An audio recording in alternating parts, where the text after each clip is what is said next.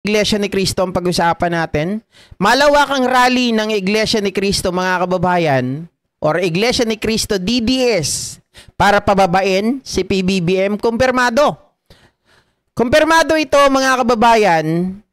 Naalala nyo po, yung sinabi ko nung nakaraan, na sigurado na meron na namang mangyayari na rally dahil sa pakikipagkita ni Sara dito kay Eduardo Manalo. Noong una yan ay haka-haka lang natin. Noong una yan ay, kumbaga mga kababayan, ang lahat ay expectation lang natin.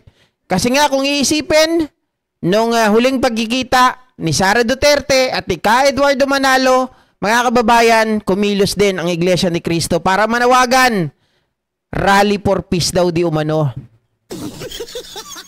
Wala daw halong politiko, pero nandun si Marcoleta nagsalita, nandun ang mga PDP laban. Halina't balikan muna natin, mga kababayan, etong video natin nung nakaraan na sinasabi ko nga na ito po ay talagang nagkatotoo. Ito oh. Nagkatotoo na talagang saktong-sakto yung hinala natin. And speaking po sa mga rally, 'di ba, na pinangunahan or sabihin natin na ito daw si Chavit Singson ang nagpupondo, mga kababayan. Etong si BP Sara Duterte nakipagkita muli kay Eduardo Manalo, mga kababayan. Hold on. Sabi ni si Gabriel, may nagsabi na kinancel na daw ang rally na 'yan. Kinancel ang rally sa mga kababayan. Dito sa People's Power Monument, okay, sa EDSA. Pero sila po ay lilipat ng Luneta. Sa Luneta na ngayon ang Iglesia ni Cristo. And anong agenda? GP, grabe ka naman. Binabanatan mo na naman ang Iglesia ni Cristo. Okay, pasintabi po mga kababayan ha. Hindi po tayo hindi po tayo against sa Iglesia ni Cristo. Pero ang pinupunteriya po natin dito ay yung politika na nangyayari. Okay? Sa likod ng mga pangyayari. Magulo ka, GP. Kasi maalala po natin, mga kababayan, nung huli po na nakipagkita itong si Sara Duterte sa pamunuan ng Iglesia ni Cristo, ano po ang nangyari, mga kababayan? Nanawagan ng Iglesia ni Cristo na di umano sila po ang gusto nila ay magkasundo ang sambayanang Pilipino na magkaisa, mga kababayan, at hindi magkawatak-watak di umano. Pero ang totoo, mga kababayan, kahit pinapalabas nila or kahit ginagamit nila ang statement ng Pangulo na ang Pangulo ay gusto magkaisa tayo at hindi magkabuklod-buklod, mga kababayan, iba pa rin ang nangyari dahil nagkaroon ng isang malawakang rally na ang sabi ay rally para sa pagkakaisa, hindi rally ng mga DDS. Kasi nakita natin, sabi nila, walang mga politiko ang pupunta, walang mga politiko ang papayagang makisali. Pero nakita natin yung mga DDS nandun. Si Marcoleta nagsalita. Eto naman ay nag-iisip lang tayo dahil nga ayon dito kay Pebbles Talakera, mga kababayan, gumagawa or tawag dito ang hirap bitawan ng mga sasabihin ko, baka mamaya baka mamaya lumagpas. Diba? O kaya naman baka mga kababayan, yung balita na yan nung nakaraan, binigyan ko lang ngayon ng highlight, no? Yung intro lang natin dyan sa video na yan. Kasi nga, itong si Pebbles Talakera, marami siyang mga pinakita sa atin. Pinakita na nagtataka tayo, maging itong yung political affairs nila, yung namumuno doon si KRD, mga kababayan, diba? Nakipagkita kay Chavit Singson.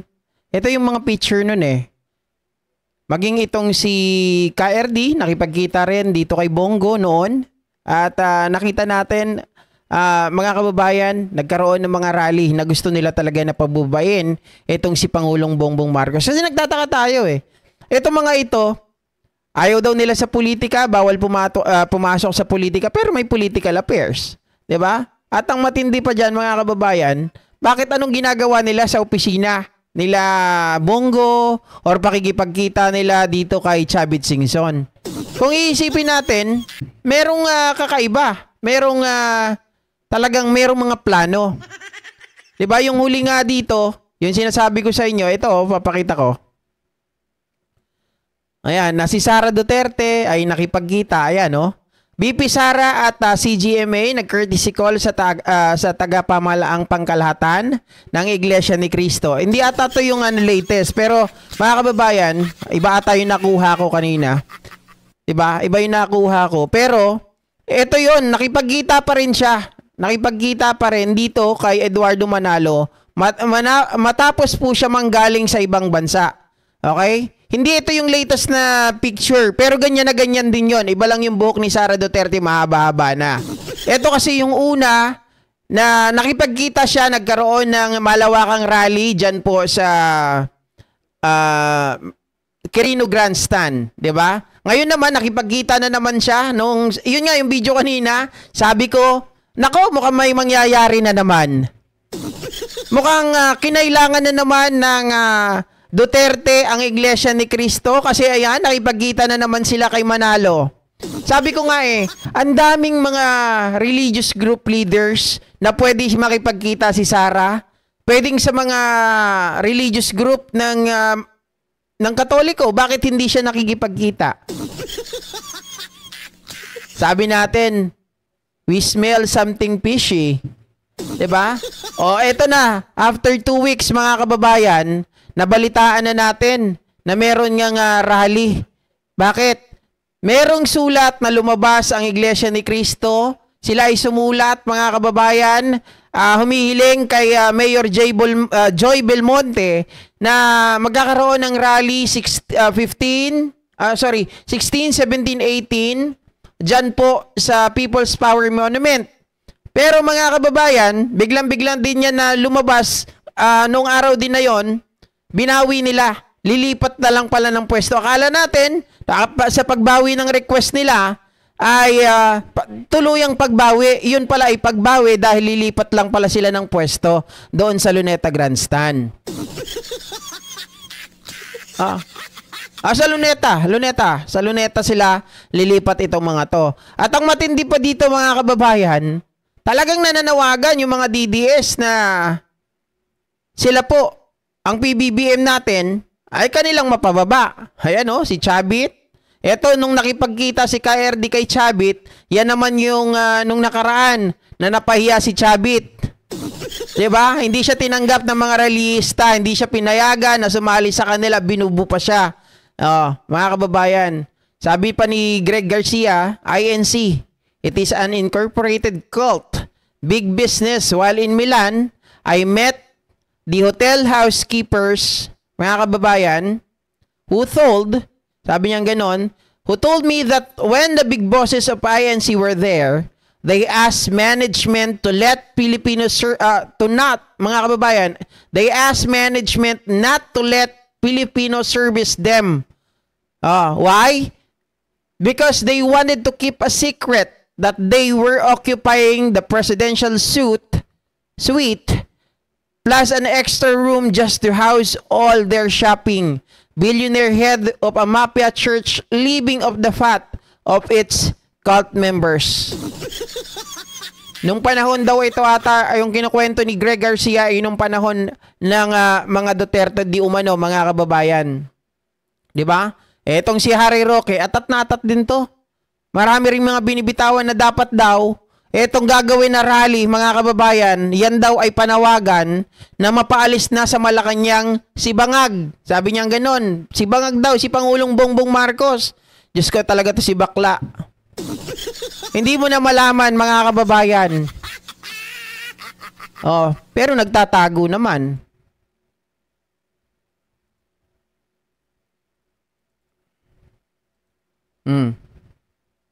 So, yan po ang mga kadahilan kung bakit talagang kinakailangan magpalitan ng gobyerno dahil hindi na natin maantay pa ang 2028. Ulitin ko po hindi rin po pwede na mag-election tayo sa 2028 na nakaupo pa ang mga Marcos. Sigurado po ako ang mga Marcos dahil hawak nila mga makina na magbibilat ng boto, hindi nila pananalunin si Inday Sara kung Wait lang. Dolor Garcia, di mo ako ina-add sa FB mo, GP. Paano hindi ina-add po? May nagpi-friend request ba sa akin? Wala naman nagpi-friend request sa akin ha. Sorry. Hindi naman ako isnabero guys. Pero i-add nyo ako. Para ma-add ko kayo. Ganyan din ba pangalan mo, Ma'am Dolor Garcia? Ako na lang mag-add sa'yo para ano ba kasabi? I-message nyo ako doon sa ano ko, Go Philippines 2.0 para maka-access kayo doon sa main account ko. Kasi hindi ako basta-basta nag-message doon sa main account ko nang hindi ko po kayo kilala. Kailangan kilala ko kayo, mga kababayan. Mahirap na. Diba? Oh.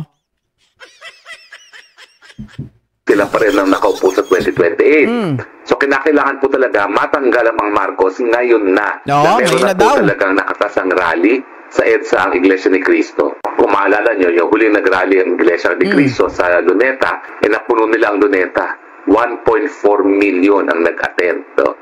At sigurado ako na itong panawagan nila na 2 araw na pagrarally, mapupuno nila ang EDSA. Kasi ang EDSA, mas madali naman mapuno yan. Bagamat yan po ay mahaba, makitid po. No? Hindi gaya ng Luneta na malawak. Ang tanong na marami, ito na ba inaantay natin para matapos na ang administrasyon ni Marcos Jr. At talaga naman pong dapat matapos na. Doon sa mga nag-iisip pa kung dapat bang mawala na ang Marcos administration, maawa na po kayo sa Pilipinas. Umabot na po ng 60 ang palitan sa piso. Ibig sabihin, wala na pong kumpiyansa kahit sino sa piso.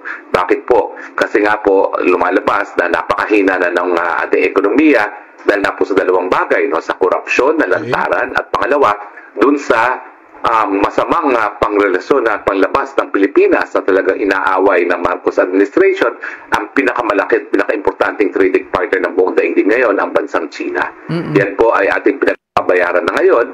At ang resulta po ng mas mahinang peso ay lahat po ng inaangkat natin para sa pang-araw-araw nating pangangailangan. Pangunahin na dyan ay gasolina, ay lalo pa pong tataas ang presyo dahil nawawalan po ng balon. Naalala ko nga nung panahon ni Digong Duterte, mga kababayan, nung panahon ng ng kampanya 2021, 2022, umabot ng 97 ang presyo ng petrolyo. Diba? Nagpapagas kami noon, kawawa kasi wala nang ang kita sa pagbablog noon. Tapos ambag-ambagan pa sa gasolina. Aba, mga kababayan, grabe ang taas. Rocky, hindi ka naman nagreklamo nun Tapos yung presyo ng sili, umabot ng 1,000, 1 kilo. Hindi ka rin naman umangal nun. Paano, mga kababayan? Si Rocky, busy sa kasasayaw. Kasama yung mga lalaki. Oh.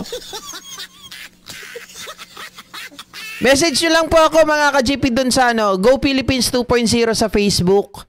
At i-add ko po kayo. Para makilala ko muna, kilitisin ko muna kayo. At saka hindi kasi ako masyadong umahawak ng cellphone ngayon. Kung napapansin niyo, 8 araw nga po akong hindi si cellphone, hindi ako nagbablog. Kasi pinahinga ko talaga yung mata ko. No. Hoy, lastog nga roketa, gunggunam. Kurang pa kunam ke ukininam. Ang piso, mas maraming piso ngayon na kailangan para bayaran yung ating gastos, lalong-lalo na sa gasolina. No?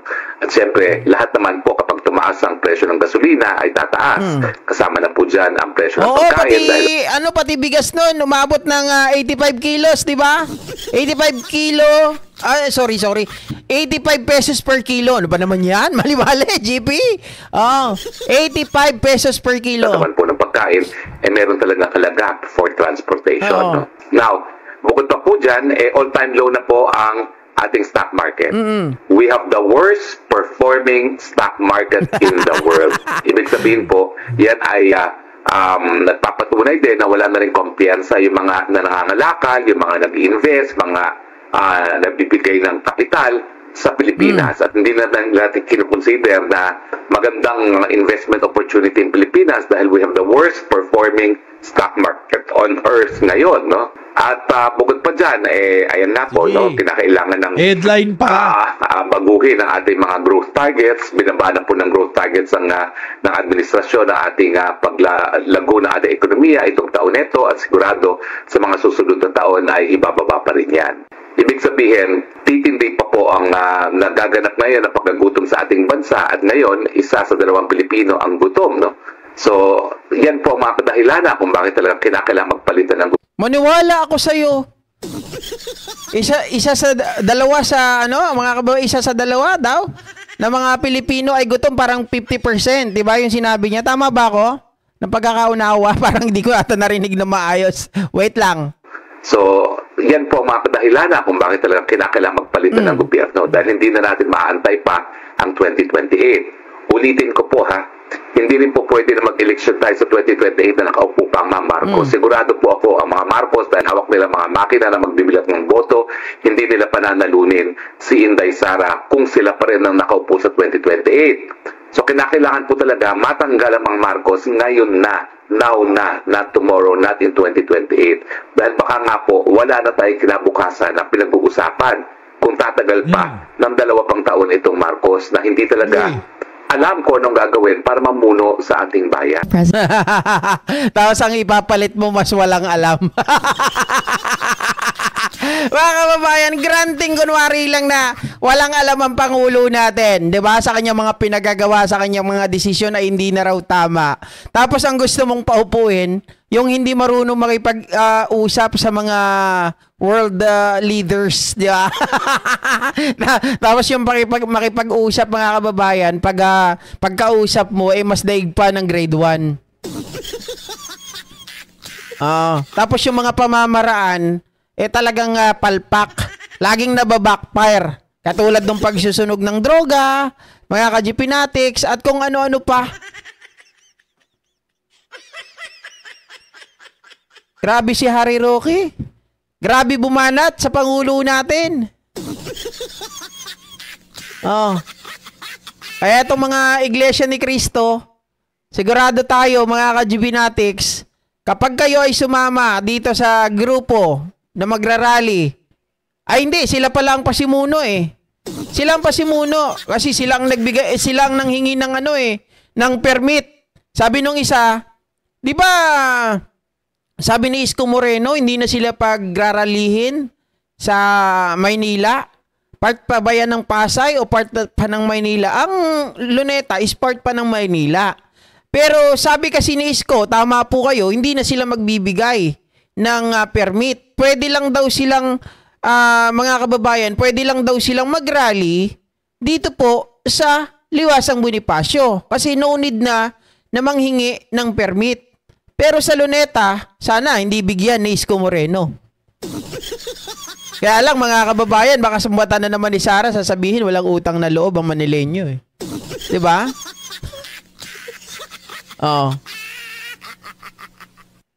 Grabe. Mga INC, sobrang tanga nyo na kung sasama kayo sa rally, utu-utu talaga kayo. Sila nga po yung mangunguna Ang sabi nila, yung 16, 17, 18 na rally, yung 3 days, yan daw ay rally for peace na naman. For peace, para sa kapayapaan, para sa transparency, mga kababayan, pero baka mamaya pronta nyo lang yan. Nasabihin nyo for transparency and para sa kapayapaan. Pero ang totoo, gusto nyong pababain etong si PBBM. Magugulat nga kayo Bakit ngayon lang sila kikilos kung kailan nakipagkita na naman si Sara Duterte dito kay Ka Eduardo Manalo? 'Di ba? Noon na hindi nakikipagkita, wala silang kilos. Doon sa mga kababayan, nung una na nagkaroon sila ng rally, ang ginagamit nila for transparency at para din daw sa kapayapaan. Pero etong kaipokritohan ng Iglesia ni Cristo, sorry po mga kababayan, sa mga nakikinig, sa mga member ng Iglesia ni Cristo, hindi ko naman po nila lahat. Pero kung iisipin ninyo, sabi nila sila ay para sa transparency, 'di ba? Para sa transparency. No to corruption sila. Okay ako diyan, mga kababayan. Subalit datapwat, mga kababayan, kung ikaw ay for transparency, dapat hindi ka humaharang or humahadlang na itong si Sara Duterte noon ay iniimbestigahan at gustong magkaroon ng impeachment trial. 'Di ba? Kaepokrituhan po na gusto mo ng transparency dito sa mga nangyayari sa flood control project, pero kay Sara Duterte ay ayaw mo. GP, wala naman silang sinabi. Wala namang silang sinabi na ayaw nila na magkaroon ng impeachment trial si Sara Duterte. Oo, tama kayo. Hindi nila talaga sasabihin yun. Kasi nililigaw nila ang tao eh. Mga kababayan, nililigaw nila yung mga tao. Hindi nila pwedeng sabihin na hindi naman namin sinabi na ayaw namin ang impeachment trial ni Sara Duterte. Ang gusto lang namin, kaya kami nagrarally is para sa kapayapaan kasi gusto namin yung sinabi ni Pangulong Bongbong Marcos, tayo ay magkaisa. Mga kababayan, ang pagkakaisa ba ay sagot para mapanagot ang mga korap na mga politiko? Hindi.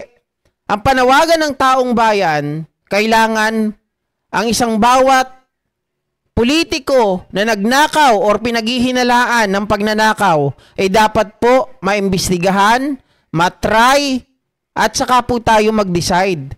Kaya nga may due process eh. Kung walang kinalaman, kung walang kasalanan, bakit matatakot? Napakaraming abogado, 17, 18, 16, o kahit ilan pa yan, kayang-kaya nila. 'Di ba?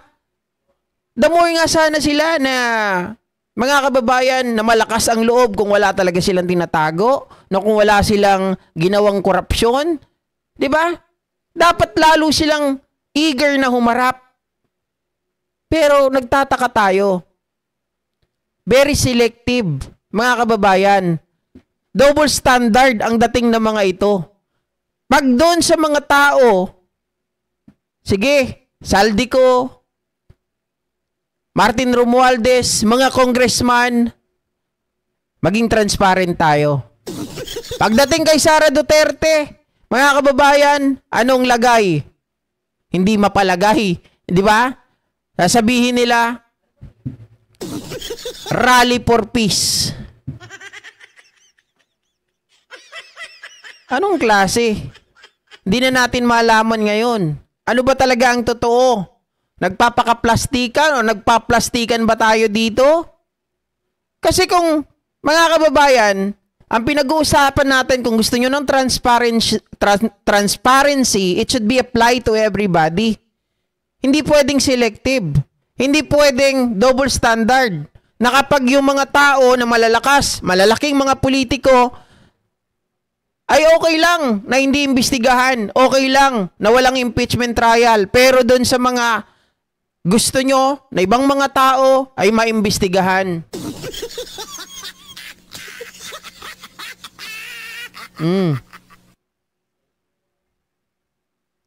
Sabi ni Victoria Arevalo, ay wag mo nga lahatin ang INC. Hindi ko po nila lahat. Narinig nyo naman po siguro. Hindi ko kayo binabastos. Wala po akong dito. Hindi ko nila lahat, mga kababayan. Kaya lang, di ba? Kapag ang mga namumuno sa INC at sinusunod kayo ng mga member ninyo, parang pwede na nating lahatin. Lalong-lalo na kay Marcoleta. Si Marcoleta, mga ka-GP Natics, sabi nyo, bawal ang sinungaling. Bawal ang pumasok sa politika. Nakita nyo naman, Marcoleta sinungaling eh. Nasa politika rin, 18 taon na. 19 na taon ngayon, plus 5 pa ulit. Magiging 24 years sa politika, pero hindi pa rin natitiwalag. Remember mga kababayan ang nangyayari kung kayo ay hiling ng rally para pababain si Pangulong Bongbong Marcos, pag yan ang gusto ninyo mangyari, tapos ipapalit nyo si Sara Duterte, dapat siguro, mga kababayan, alisin na yung separation of church and state. Bakit dapat kayo buwisan na? Dahil nakikialam na kayo eh. Gusto nyong alisin ang isang tao na nagpangalan, nagsimula ng investigasyon against corruption, Tapos gusto nyong ipalit, gusto nyong i-install ang taong may kinalaman din sa korupsyon. Sasabihin ng iba, bakit? Bilyon-bilyon ang flood control. Doon sa mga confidential funds, 125 million to 625 million lang. Pera pa rin yan. Hindi natin pinag-uusapan dito, mga kababayan, kung magkano. Ang pinag-uusapan natin dito, kaban ng bayan ang pinag-uusapan, dapat hold them accountable. Di ba? Oh, wala na kasing pera si bakla kaya need niya nang umuwi ng Pinas.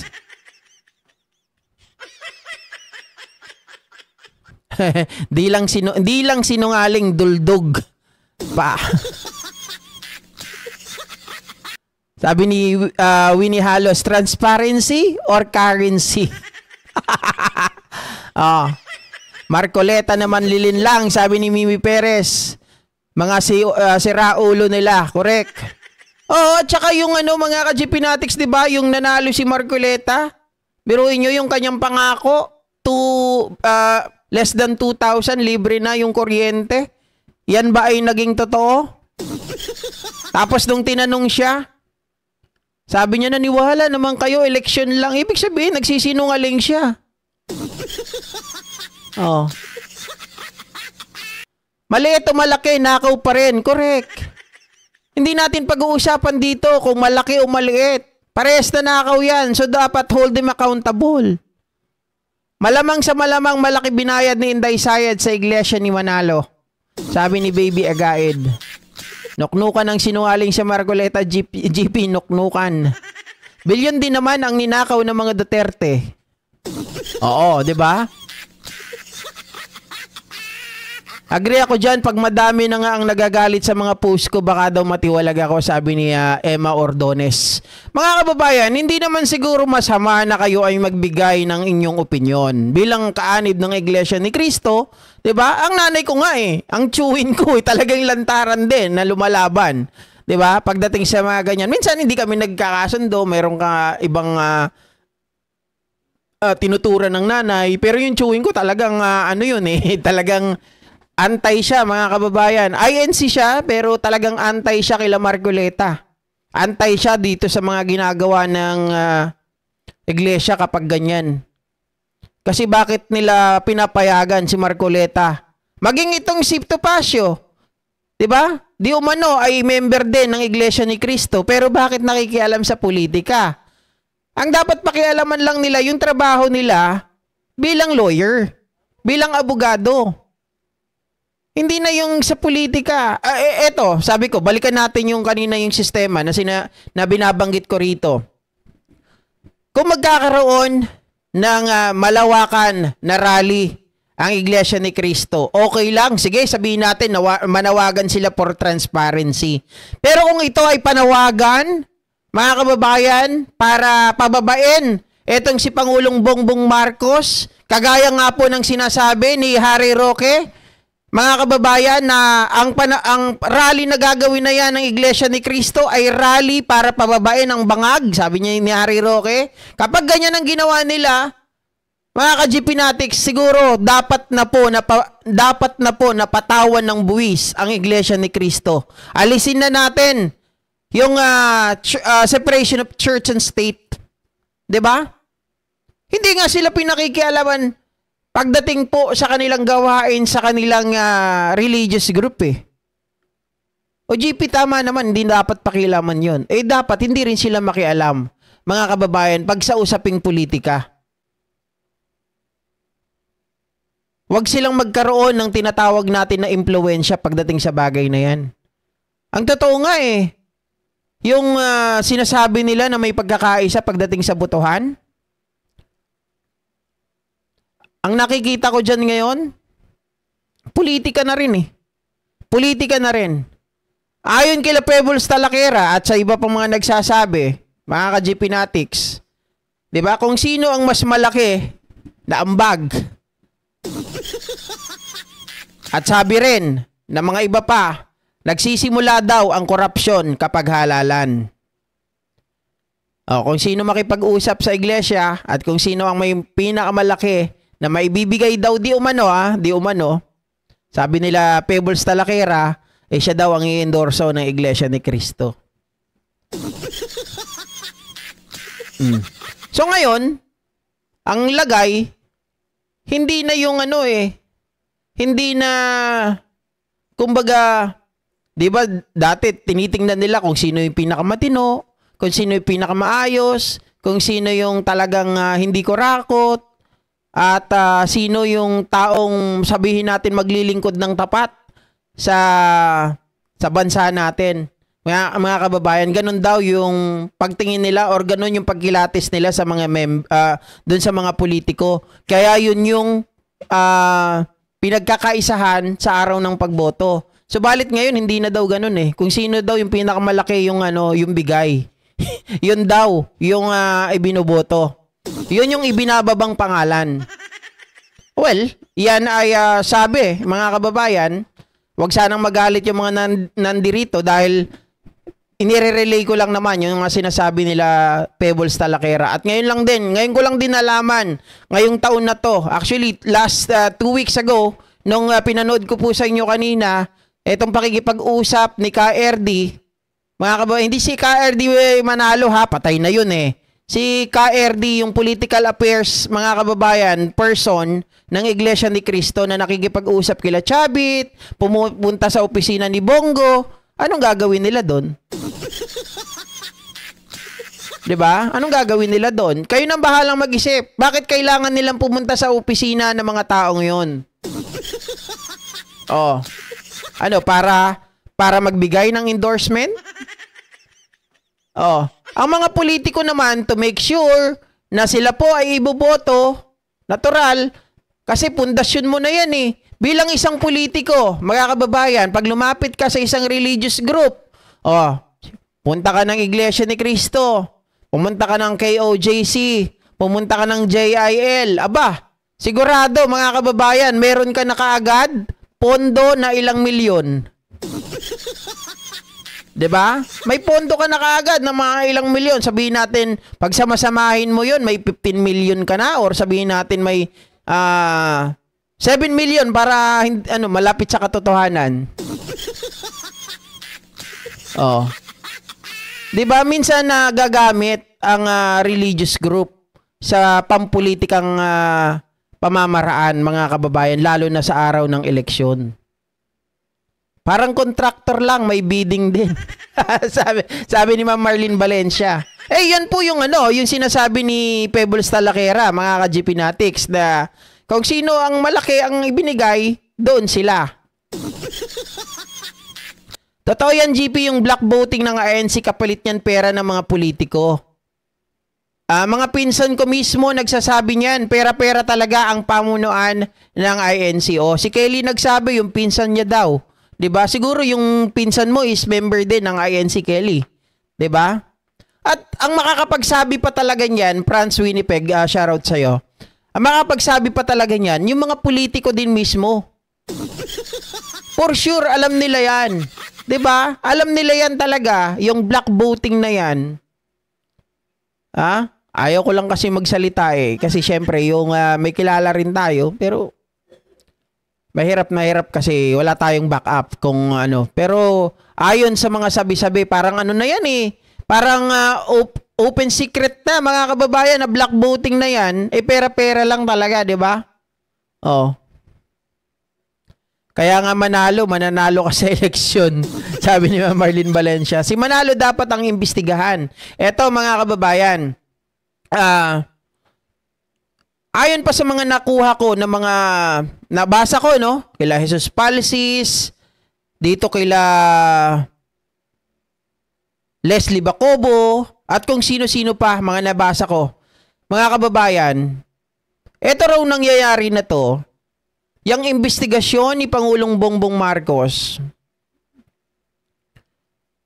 sa mga politiko, yung ginawa sa ICI, yung Blue Ribbon, at yung nung nakaraan dito nga sa House of Representatives. Di umano, mga kababayan, kaya daw sasama itong Iglesia ni Cristo. Hindi ko alam kaya daw. Kaya daw sasama sila, kaya daw sila ay, mga kababayan, napapayag, ni Sara Duterte o ng mga Duterte na sila po mga kababayan ay mag-rally sa 16, 17, and 18 sapagkat natatakot daw di umano ang mga ito. Natatakot daw di umano ha. Hindi ko sinabing facts. Okay? Natatakot din daw di umano ang mga ito na baka mamaya mga kababayan ay dumating ang panahon, dumating ang pagkakataon na baka pati sila ay madamay sa investigasyon. Ano ang ibig sabihin yan? Baka yung mga politiko ay nagtatapon din ng pera sa kanila na galing. Alam nyo na, pag politiko, nagtapon ng pera, galing din sa hindi maganda. Diba? Kagaya nga po mga ka-binatics nang iniisip natin kay Chis Escudero. 18 million lang. 18.8 million ang salin. Pero nakakapaglabas ng pera, panregalo kay Heart, pambili ng singsing, pambili ng asset sa Baguio, pambili ng asset sa Paris. Saan ang gagaling yung pera na yon? Gandang gabi po, GP. Tagal mo pong walang live. Silip-silip ako sa YT mo. Maraming salamat, Alaga 143. Pasensya na kayo at napansin nyo naman nung last na live natin. Ganun ako tumingin sa monitor natin. Talagang super labo. Ito, nagbago ako ng salamin para makita ko lang. At kahit tumagal ako ng 1 oras, 2 oras, hindi masyadong masakit. Nakakadalong oras na pala ako. Diba? Ngayon, hindi masyadong masakit yung blue kasi. Sobrang sakit eh. May something sa INC, sabi ni Rayan. Imbestigahan nyo si BBM kung magkano ang binayad, kung magkano ang binayad niya sa INC dahil kasama yan sa binoto ng INC. Sabi ni Anthony Vilches. Alam nyo, mga kababayan, mga ka-GPnatics, sana nga maimbestigahan lahat. Okay? Huwag tayo maging selective. Ako naman sabi ko kahit sino, imbestigahan nyo. Kung sino-sino yung mga nakakatanggap, sino-sino yung mga nagbibigay dyan. Bakit ganito to mga to? At saka, mga kababayan, ang pinaka-concern ko dito, di ba? Yung pinaka-concern ko dito, dapat ang mga religious group hindi nagpapagamit sa mga politiko. Di ba? Dapat, mga kababayan, at hayaan na lang din natin ng gobyerno na lumutas ng problema. Oo, pwede tayong manawagan. Totoo naman yan, dahil Pilipino rin naman yung mga yan. Pero kung sila ay makikialam na, mabababain ng Pangulo, ibang usapan na yan. Papayag ba kayo, mga kababayan? Magrarally yung mga yon ayon kay Harry Roque. Ito yung ayon kay Harry Roque ay pabababain. Ito ay rally para palayasin na si Pangulong Bongbong Marcos. Dahil ayaw na raw nila na papaabot ito ng 2028. Okay? Si Roque nagsabi, hindi tayo. Ngayon, kung totoo yung sinasabi ni Roque na ito ay rally para pababain si PBBM, syempre ang kasunod niyan, i-install si Sara Duterte. Dahil si Sara Duterte lang daw, mga kababayan, ang magpapaangat sa Pilipinas. Wow! Angat! Biruin mo, yung tao na nag-expose sa corruption, na hindi nagawa ng kanyang tatay, na hindi rin niya nagawa nung panahon na siya ay DepEd, nag-imbestiga di umano. Nag-imbestiga di umano gamit ang confidential funds noong 2022, pero hindi ibinigay ang kanyang investigasyon, mga kababayan. Hindi po iprinisinta or hindi po nagdemanda, nag-file ng case sa ombudsman maging sa DOJ itong si Sara Duterte. 'Di ba? At kinalaunan nagkaroon siya ng problema dito po sa confidential funds. At ang matindi pa nito, na-plug ng COA dahil yung kanyang expenditure, mga kababayan, sa 125 million, yung 15 million doon ay hinahanap ng COA. Ang prinisinta, resibo ng Armed Forces of the Philippines. Doon pa lang meron ng kalukuhan. Bakit? Sabi ng iba, baka nagkamali lang ng bigay. No, hindi. Bakit kanyo? Sinecure nila yung resibo nanghingi sila mismo, mga kababayan, nag-request sila ng resibo ng Armed Forces of the Philippines. Hindi yun pagkakataon na nadampot mo lang yung resibo at yun ang napresenta mo. Kasi you requested for that receipt eh. Diba? And use it, mga kababayan, para patunayan to justify your expenditure. Mabuti na lang kamo, may Quadcom. Narinig ng Armed Forces, wait, teka lang, mali ata yan. Bakit nila ipipresenta ang resibo namin? Snising kong duling, wala silang ginastos sa Youth Summit program. Diba? Oh, mga kababayan. Tapos, yun ang gustong i-install ni Harry Roque. Yun ang gustong i-install ng rally di umano ng Iglesia ni Cristo sa 16, 17, and 18. Mga kababayan, ayon kay Harry Roque, aba, aalma tayo dyan. Aalisin nyo ang tao na nag-expose ng corruption, ipapalit nyo, ay may problema rin sa corruption. Kaipokritohan yan. Sabi ni Ma'am Jenny Ramos, ghost investigation, Sir GP. I don't think na ghost investigation. Alam ko nangyari yan, nagpa-imbestiga sila. Kaya lang, when they found out, it been happen, mga kababayan, or it happened nung panahon ng tatay niya, at nakita niya yung SunWest, kadikit lagi ng mga Duterte, mas pinili niya na manahimik. Diba? Sabi ni Anthony Vilches, ba't hindi ikaw mag-imbestiga? Ano ka, boss? Para utusan kami, para kampon mo. Asa sa iba, ikaw mismo mag-imbestiga. Ayos yan. Ano to, Inko 160 yan, ang hirap sa atin pag ayaw nyo ng komento, DDS ka agad. Tagal na nga ang akusasyon ni BP against Romualdez, pero hindi niya nakasuhan.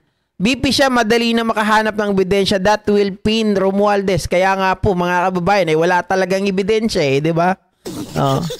INC is losing their integrity and credibility because of the corruption of their leaders.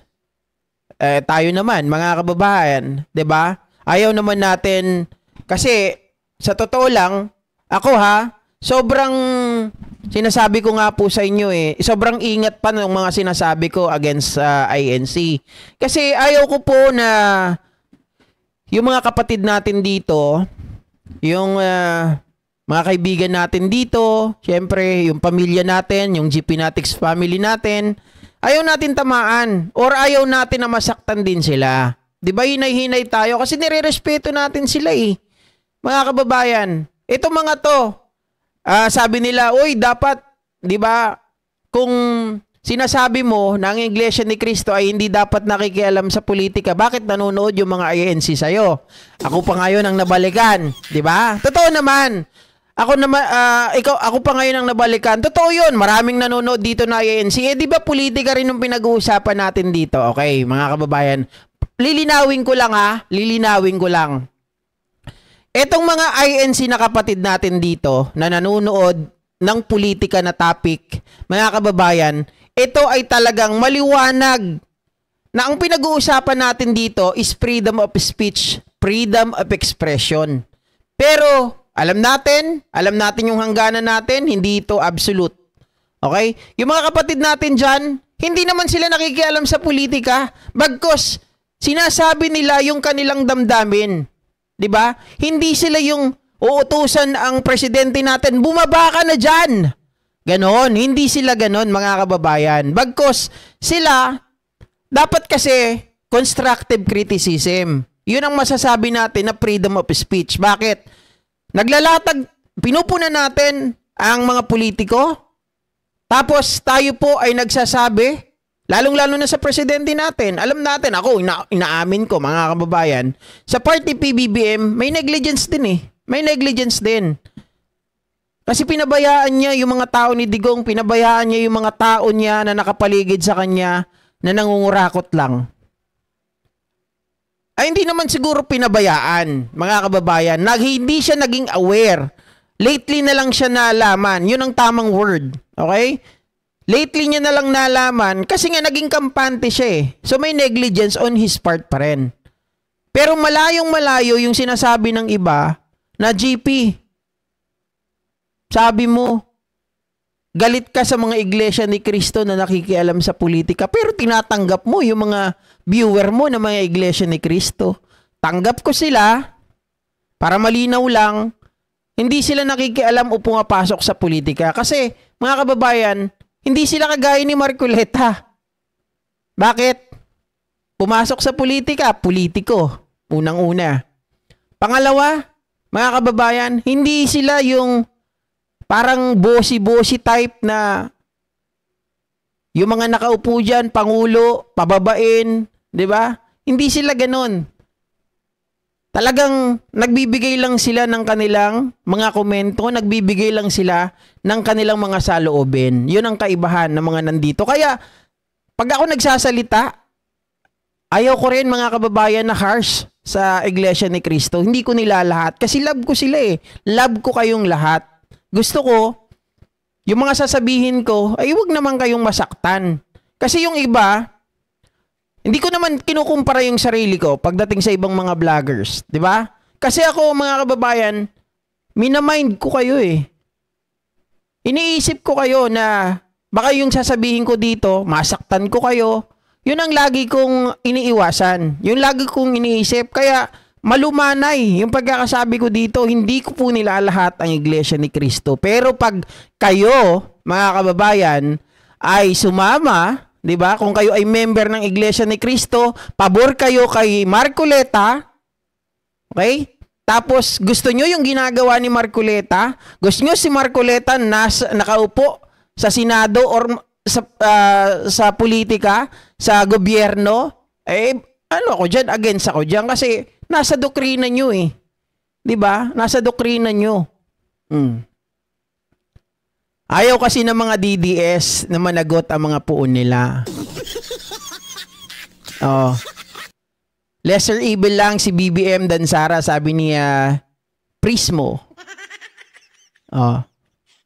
Nanonood lang eh, di naman tumatakbo sa politics. Ayos lang yon, oh, sabi ni Asi Gabriel. Tama.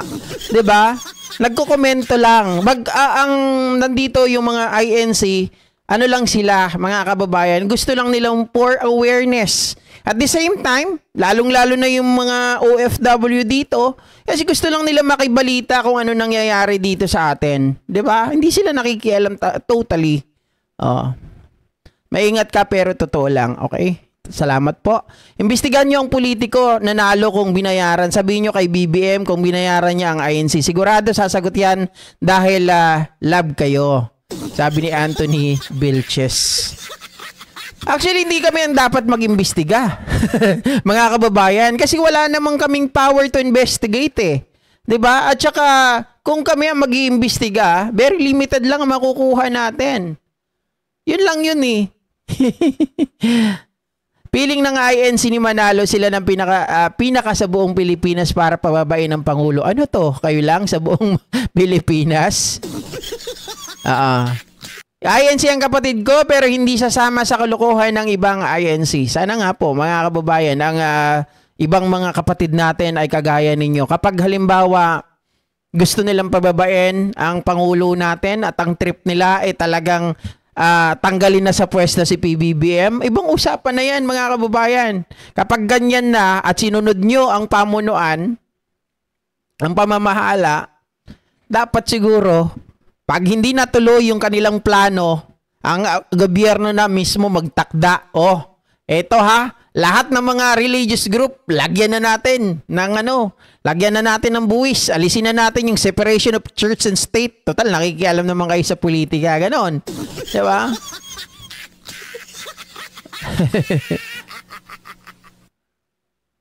Okay lang sumamba o umanib ka sa INC pero wag mong gawin santo o santo ang namumuno. Ako, mga kababayan, talagang pinaglaban ko yung aking ano noon eh. Nung time na yun, pinapili nila ako. Mananatili ka ba o susundin mo yung ano mo, 'di ba? Yung mission mo. Doon ako sa mission ko. Sabi kong ganun. Total, ako naman, hindi naman natin kailangan, kung tutusin sorry pero nagamit ko to eh. Sabi ko, pwede naman tayong dumiretso sa Panginoon. 'Di ba? Pag tayo tatawag sa Panginoon, hindi naman kailangan umanib pa sa mga religious group. Pumunta na lang tayo, dumiretso tumawag sa Panginoong Diyos. Yun ang sinabi ko nun, mga kababayan. Feeling entitled ng mga DDS at mga cronies. Ayan si din friend ko pero hindi sila nakikilahok sa mga ganyan kasi ayaw nila kay Marco Lelat. Ilan lang sila para pababayin si PBBM? No way. Hindi, ako talaga, mga kababayan, almost all of my friends from Facebook, yung mga katrabaho ko dati, naku po, maniwala kayo sa akin, halos yan, INC lahat. Pero sila, galit sila kay PBBM. Yung isa nga sinagot ko nang nakarang araw eh. Hindi pa ako makakita, no, malabo pa mata ko, gaganon-ganon pa ako sa cellphone, no? Ganyan-ganyan pa ako. Sagutin ko nga, sabi ba naman, wala daw utang na loob si Pangulong Bongbong Marcos. Sabi ko, ano to statement ito ng mga DDS INC yon. Sabi ko saan sila walang utang na loob? Dahil sa pagboto nyo kay PBBM walang utang na loob dahil hindi niya pinagbigyan yung mga Duterte? Yun ang walang utang na loob? Walang utang na loob ba yung tao na nagbigay, nagsiwalat ng korupsyon sa bansa natin? Na may layunin to stop corruption? Sabi kong gano'n, ba't kayo nagagalit kay Pangulo? Magkita-kita na lang tayo sa 16, 17, 18. Teka, ibig bang sabihin, umaamin ka na yung rally na yun ay para pababain si PBBM? Hindi na sumagot. Blinak na ata ako. Mga kababayan. Di ba, yung pagkakasabi niyan, magkita-kita na lang tayo sa 16, 17, 18. Sa mga tuwid, sinasabi nila na yung rally na yun ay rally para pababain ang Pangulo. Mga kababayan, hindi yun rally for transparency and for peace. 'Di ba? Yun ay rally para palitan si PBBM as per Harry Roque. Just like General Torre, pinili niya ang mission niya dan utos ng INC, wag pumunta sa Region 11. Sabi ni Joss Music Cover Channel, tama, ka-GP Natics, direct to God, pwede naman, God bless. Ayun. Anong meron ka manalo? Pwede ba kaming magtanong kung magkano? Hindi ko rin alam. Mga kababayan, kayo talaga. Madami kasi tanga na kapatid at di alam bakit di nila makita ang tunay. Naku, di natin alam, mga kababayan. So, sorry, iwanan na natin. Baka mamaya lumalim pa yung mga nasasabi ko dito. Ang nanay ko nakaabang. Dito ang nanay ko. Mahirap na. Ito nga pala yung